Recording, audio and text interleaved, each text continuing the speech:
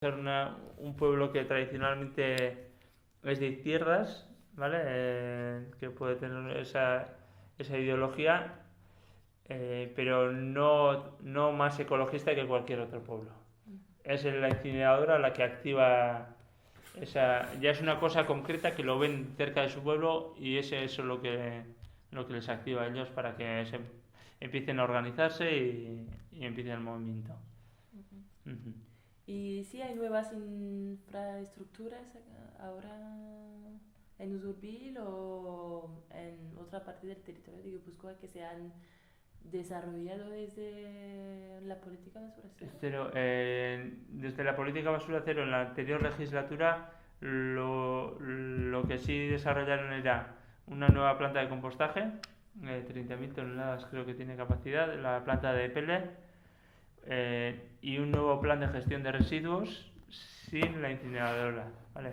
Era una planta de biometanización, una planta de separación mecánico-biológica, inertización del rechazo y un vertedero al final del ciclo. Ese era el plan que planteó, digamos, H. Bildu a raíz del movimiento Zero Waste. Ese plan se ha quedado en stand-by y ahora la nueva infraestructura es la incineradora la que se va a poner. Pero bueno, el movimiento Zero Waste se opone claramente a la incineradora y no. Y bueno, políticamente, pues bueno, PNV y PSOE lo están impulsando y a día de hoy al menos lo están construyendo ya. Esta semana han entrado las excavadoras, o sea que. Okay. Uh-huh. ¿Y cuál es la tasa de desviación, minimización de residuos que tienen La tasa de ahí? minimización. Sí, ¿Cuánto hemos reducido la cantidad de residuos que generamos? sí. Aquí, ahora el último dato ha sido 460 kilos por habitante año. Alrededor de esos porcentajes andamos. Eh, lo que pasa en Usurbil es que ese dato siempre lo suelo interpretar con cierto reparo, porque aquí lo mezclamos con el residuo industrial, ¿vale? Y casi la mitad del residuo que recogemos viene de los domicilios y la otra mitad del residuo industrial o más. Entonces, la crisis económica o los ciclos económicos que hayan a nivel industrial tapan lo otro. Entonces, 460 kilos son teniendo en cuenta los residuos industriales también. En otros municipios, pues no, el industrial está aparte y el domiciliario por otra parte. Entonces, lo que sí tenemos es lo que recogemos son unos 70 kilos de rechazo al año por habitante, más o menos. Y ahí teniendo en cuenta que la mitad también viene del industrial. ¿Y los industriales qué son? En las actividades industriales que hay en los polígonos industriales, pues fundiciones, centros comerciales, empresas que hacen piezas de mecánica, talleres mecánicos. Normalmente esos datos se dan por separado, pero aquí en Usurbil el rechazo sí que tenemos rutas diferentes y lo puedo separar, pero el papel y cartón, envases, otras acciones los unificamos. Y entonces yo diría que en Usurbil los vecinos generan por habitante menos de 50 kilos de rechazo por año, habitante y año. Pero a día de hoy son 70 porque tenemos también los industriales. ¿Y crees que los residuos de manera más global, como el reciclaje y los residuos, han reducido Los residuos o... la cantidad de residuos que generan. Sí, pero de manera más global, como combinando los residuos y los residuos orgánicos y los residuos de papel, de todo Sí, eso, ¿no? yo creo que sí. Con el puerta a puerta, cada uno es más consciente de la cantidad que genera. Y eso sí que lleva a adoptar actitudes que impulsen la prevención. Aquí cada vez es menos habitual ver bolsas de un solo uso. A las pescaderías es bastante habitual ver a la gente con tupper. No vas a comprar sin nada, sino que vas con tu tupper y compras el pescado y el pescadero te pone ahí. Nosotros lo repartimos, luego Amaya te enseñará. Eh, y hay acciones de ese tipo. Los vasos son reutilizables. Bueno, tenemos sus más y sus menos, pero en las fiestas se utilizan bastantes vasos reutilizables. En los eventos públicos se reparten contenedores para que se recicle. Sí que impulsamos, digamos, ya lo tienen asumido que hay que minimizar los residuos. Y eso hace 15 años aquí en Usurbil, pues bueno, sería bastante... No te diría que se te reirían a la cara, pero no era habitual, al menos, de adoptar ese tipo de medidas. No sé. Organizamos una fiesta de más de 60.000 personas, ¿vale? Casi se multiplica por 10 en la cantidad de visitantes del pueblo en un día y no tenemos ni un contenedor en la vía pública. Y organizar aquello fue un reto y fue una pasada porque todos los contenedores tenían una persona responsable. Y lo organizamos muy bien y fueron los usurbilaras, más de 100 y pico voluntarios para organizar la gestión de residuos. Generamos muy poco rechazo. Ahí ya tengo unos datos. Y para organización de eventos grandes, todos los bares del pueblo se comprometieron a utilizar los vasos reutilizables. Ninguno repartió vasos de un solo uso. Y bueno, se intenta que en torno a ese movimiento, pues bueno, funcione mejor. Okay, bien. ¿Y han tenido reglas o leyes especificadas en tu territorio para los ciudadanos o para las industrias, sí, las empresas? Normativas a nivel provincial y de comunidad autónoma no hay. Hay un plan de infraestructuras de gestión de residuos, donde ese plan prevé incineradora, tal y cual, pero a nivel de municipio, de pequeño pueblo, de zero waste de municipio, hay dos instrumentos, que son, por una parte, las ordenanzas que regulan el servicio de recogida, ¿vale? Esa ordenanza te dice, está en la web si lo quieres consultar, te dice qué no puedes hacer, qué tipo de sanciones puede haber, cómo lo vamos a recoger, si puedes quemar o no residuos, ese tipo de cosas. Y yo siempre digo que es otro instrumento vital, y es las ordenanzas fiscales. Las ordenanzas fiscales son las normas que establecen qué tiene que pagar el ciudadano por cada servicio, ¿vale? Ahí se pone si por metro cúbico de agua que consumas pagas tanto. Y en los residuos también lo tenemos especificado. Y ahí son detalles, pero la gente también aquí, porque en Usurbil tenemos esa concienciación, esa incineradora y ese tema lo tenemos muy presente, pero en los municipios que no esté tan presente, yo creo que los instrumentos fiscales son, cuando a la gente le tocas el bolsillo, es cuando reacciona bastante. Y el pago por generación, por ejemplo, a nivel de recaudación no supuso, luego ya verás en la presentación, no supuso un cambio tan grande, solo cobramos un porcentaje muy pequeño en la parte variable. Pero ya a la gente decirle que cada cubo de 10 litros cuesta 68 céntimos de su bolsillo, que es medio café, que en dinero no es igual tanto, pero ya solo con ese chip bajó casi el 30% la cantidad de rechazo que genera. Entonces, los instrumentos fiscales dependen del propio ayuntamiento, por ejemplo, aquí en España al menos, y son instrumentos sencillos. O si tú compostas, aplícale un 40% de descuento. Al que hace bien, bonifícale.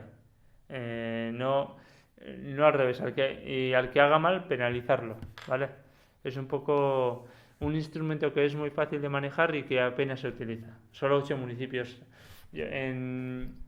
Por ejemplo, yo soy consciente que aplicar pago por generación en recogida domiciliaria tiene cierta complejidad, ¿vale? Pero yo creo que todas las industrias de España tendría que aplicárseles el pago por generación. Por ahora no hay. Yo creo que sí. Es más habitual, pero debería de estar. Lo habitual es poner. Lo más sencillo es poner códigos de barras y un escáner. Y no hay más complejidad. Luego un archivo, una base de datos por detrás que te hace la suma de los contenedores que te he recogido y aplicarle. Un contenedor de 1000 litros vale tanto, uno de 500 vale la mitad. Y es la propia empresa quien se va a preocupar de decir, hombre, si lo hago bien pagaré menos. Y empezar a ver, o le dirá al que le suministra los envases de plástico, le dirá, oye, estos envases, estos envoltorios igual quítamelos y así pago menos de esto. pones en marcha un círculo, una actividad, una concienciación que luego tiene efecto en cadena y que al final, pues bueno, todos generamos menos residuos y nos ponemos a ello a trabajar. Y son los instrumentos fiscales los que más son pequeños cambios y en la ciudadanía tiene mucho efecto. Y con las empresas, por ahora todavía no lo tienen, no lo tienen con las empresas. Sí, sí, aquí sí, en Usurbil sí, ¿eh? Sí, okay. Y en la mancomunidad en San Marcos también. Pero ya en España en general no sé cómo lo tienen. Yo, por ejemplo, es un criterio habitual aplicar la tasa en función de la superficie de la empresa. Y eso no tiene ni pie, para mí no tiene sentido. Tú puedes ser una empresa enorme, pero reciclar todos los residuos que generas.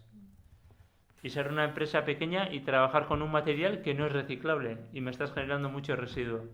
Y a esa empresa, que esa pequeñita empresa pague menos que el otro, no es de recibo. Entonces, pues bueno, ahí yo siempre digo, tecnológicamente es muy sencillo y se genera mucho residuo en actividades industriales y ahí deberían de incidir directamente. Y la ciudadanía, pues bueno, es más gente, cada domicilio tiene sus formas de pensar, de vivir y bueno, es más difícil. Y no sé si tenemos tiempo. Sí, bueno, ¿Sí? todavía ¿Está bien? sí. Okay. Pues acerca de las consecuencias, ¿qué ha sido el más exitoso desde el desarrollo de la política de residuo cero para ti? La consecuencia más exitosa, el principal éxito que consigue el puerta a puerta, no sé, yo diría que teniendo en cuenta que más o menos en números generales el 10% del presupuesto de un ayuntamiento se dedica a la gestión de residuos. Teniendo en cuenta la importancia económica que tiene a nivel municipal, teniendo en cuenta la importancia ambiental desde el punto de vista de medio ambiente que tiene la gestión de residuos, el impacto ambiental que genera y todo, teniendo en cuenta toda la importancia que tiene, el puerta a puerta yo creo que permite poner sobre la mesa como tema prioritario en un ayuntamiento. Darse cuenta de decir, aquí a este tema hay que tratarlo bien, darle la importancia que tiene y vamos a hacerlo bien. Yo creo que ese es el éxito que tiene desde el punto de vista municipal, ¿vale? Y desde el punto de vista del vecino, lo que te decía, yo creo que el éxito es decirle, oye, tú estás generando esto y lo estás visualizando. Si no, lo echas al contenedor y no eres consciente de lo que... Puedes tener cierta conciencia, alguna campaña aislada, pero lo echas y no pasa nada. Y con el puerta a puerta tú lo tienes ahí presente. Y lo estás separando todo y hay días o momentos que igual te da pereza y no lo quieres reciclar y lo mezclas, pero con el puerta a puerta te obliga a decir, no, esto lo tienes que hacer bien y interiorizar que el reciclaje y la gestión de residuos es prioritario. Yo siempre digo que los niños de Usurbil en eso, si vas al colegio, alguna charla que hemos tenido con los niños del colegio de Usurbil, y me hizo pensar a mí si me dijeras con 13 años qué es el compost, no sabría ni qué es. Y aquí les preguntas a ellos, a los niños de Usurbil ahora qué es el compost y todos saben lo que es. Todos. Entonces, eso ya es una cosa que en Usurbil lo han interiorizado y eso es el puerta a puerta y todo lo que conlleva ello. El protagonista no es el ayuntamiento, es más el vecino, ¿vale? El vecino es el que te pone... Eso es una inteligencia artificial muy compleja, de que cada vecino te deje en su sitio las fechas tal, eso es un esto social, no tecnológico. Y conseguir ese cambio es muy importante. ¿Y qué factores han ayudado y qué han hecho difícil para ustedes? Factores ayudando, lo que te he comentado, el apoyo, digamos, la continuidad política, ¿vale? Por una parte que tenga esa continuidad política, el apoyo social por otra parte también. Se hizo ese referéndum y en Usurbil sí que con esas dos patas puedes empezar a hacer el cambio y luego las dificultades que tenemos es un poco a nivel supramunicipal, ¿vale? Y los instrumentos que no se utilizan para esto es que, por ejemplo, la tarifa que pagamos por el residuo orgánico, yo siempre lo he dicho y todavía nadie me ha respondido que no. Yo creo que es la tarifa más cara del mundo. Pagamos 138 euros por tonelada de bioresiduo. Y es una barbaridad. Pagar eso va en contra de cualquier política para que te animes a separar el bioresiduo.